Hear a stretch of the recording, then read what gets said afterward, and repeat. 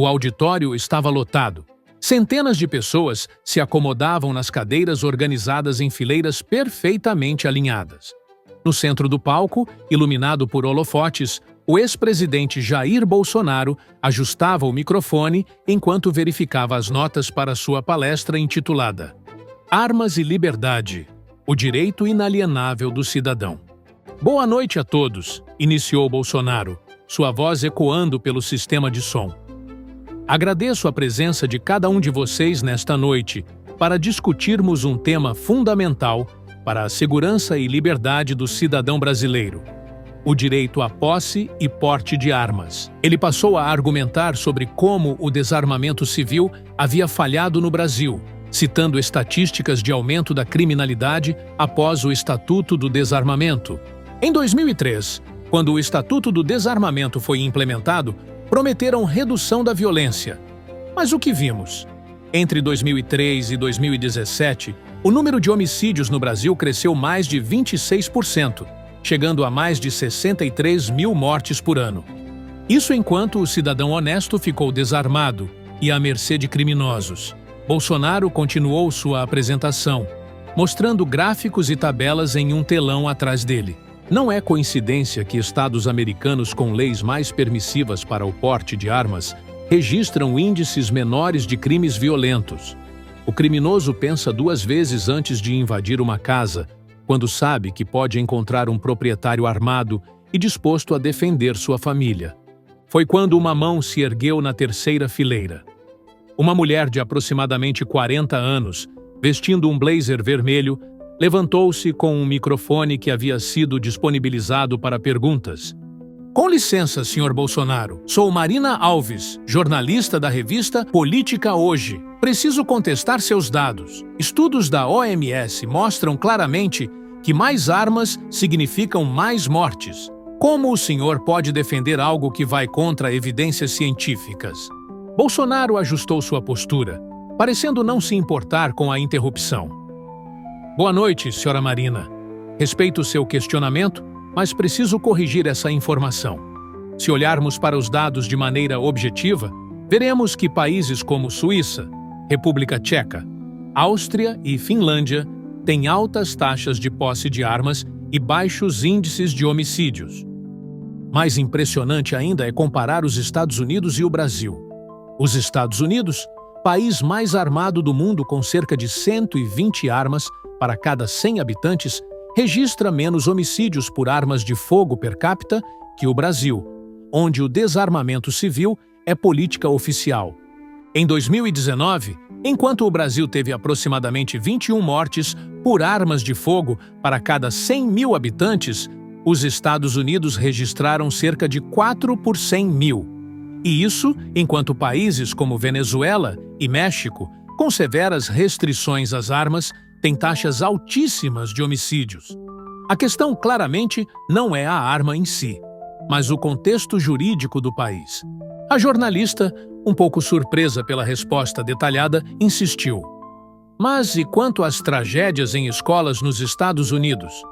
As armas nas mãos de civis não facilitam massacres? Uma excelente pergunta, respondeu Bolsonaro mantendo a calma. Vamos aos fatos. Entre 1950 e 2019, 94% dos tiroteios em massa nos Estados Unidos ocorreram em zonas onde armas são proibidas, as chamadas gun-free zones. Isso porque o criminoso busca alvos vulneráveis. Além disso, uma análise do FBI de 2018 mostrou que em 8% dos casos de atiradores ativos, civis armados conseguiram neutralizar a ameaça antes da chegada da polícia, salvando vidas. Em Israel, após o massacre de Maalot em 1974, eles passaram a armar professores e funcionários de escolas, e os ataques diminuíram drasticamente. Marina, determinada, tentou uma nova abordagem. Mesmo assim, não podemos ignorar o risco de acidentes domésticos e suicídios. As estatísticas mostram que... Senhora, com todo respeito, vamos aos números reais, interrompeu Bolsonaro. Um estudo de 2018 da Heritage Foundation analisou os dados e descobriu que, anualmente, nos Estados Unidos, armas são usadas defensivamente entre 500 mil e 3 milhões de vezes, segundo o Departamento de Justiça americano e o Instituto de Pesquisa em Políticas Criminais. Compare isso com aproximadamente 14 mil homicídios por armas de fogo no mesmo período. Quanto aos acidentes, eles representam menos de 1% das mortes relacionadas a armas e vêm diminuindo constantemente nas últimas décadas graças a programas de educação sobre segurança com armas. Sobre suicídios, países como Japão e Coreia do Sul têm taxas altíssimas, mesmo com restrições severas a armas. A questão do suicídio é multifatorial e precisa ser tratada com políticas de saúde mental. A jornalista parecia um pouco desconfortável, mas encontrou outro ângulo. O senhor não teme que, com mais armas, discussões triviais possam escalar para tragédias fatais? Uma simples briga de trânsito poderia terminar em morte. Bolsonaro assentiu, como se esperasse essa questão.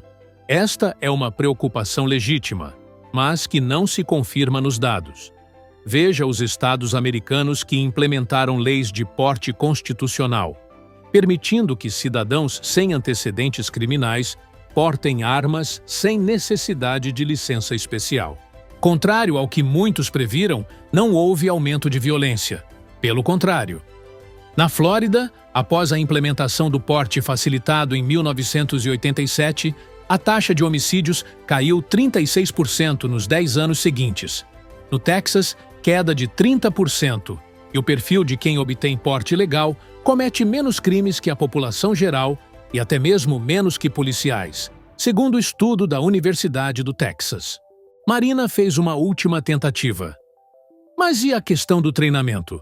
Como garantir que pessoas sem preparo adequado possam manusear armas com segurança? Concordo plenamente que treinamento é fundamental, respondeu Bolsonaro, surpreendendo alguns na plateia. Por isso defendo um processo que inclui verificação de antecedentes, teste psicológico e treinamento obrigatório. O que não concordo é usar a alegação de falta de preparo como desculpa para negar um direito constitucional ao cidadão. É o mesmo que dizer que só jornalistas com diploma poderiam exercer a liberdade de imprensa, ou que só pessoas com educação formal poderiam votar. Direitos fundamentais não podem depender da aprovação subjetiva do Estado. O ex-presidente então olhou para o relógio e acrescentou: Veja, senhora Marina, o Brasil tem cerca de 60 mil homicídios por ano, a maioria cometidos com armas ilegais. O Estatuto do Desarmamento falhou em sua promessa de reduzir a violência, porque desarma apenas o cidadão que respeita a lei. O bandido nunca entregou sua arma, nunca respeitou a legislação. A diferença fundamental é que, quando defendemos o direito à legítima defesa, não estamos incentivando violência. Estamos reconhecendo que o Estado não consegue estar em todos os lugares ao mesmo tempo para proteger o cidadão. A jornalista, sem novos argumentos à mão, sentou-se. Bolsonaro retomou sua apresentação, enquanto um murmúrio percorria o auditório. Muitos que entraram com opiniões formadas começavam a questionar suas próprias certezas, repensando o complexo tema da segurança pública e direitos individuais que transcendia simplificações ideológicas. A palestra continuou, mas algo havia mudado no ambiente. O debate havia ido além da superfície e tocado em questões mais profundas sobre liberdade, responsabilidade e o papel do Estado na vida dos cidadãos. Questões que continuariam a ser discutidas muito depois que as luzes do auditório se apagassem naquela noite. Inscreva-se no canal para não perder os debates mais relevantes do nosso tempo. Comente aqui embaixo. Você acha que os cidadãos deveriam ter acesso a armas de fogo? Deixe seu like e compartilhe com alguém que precisa refletir sobre esse tema. E que Deus te abençoe.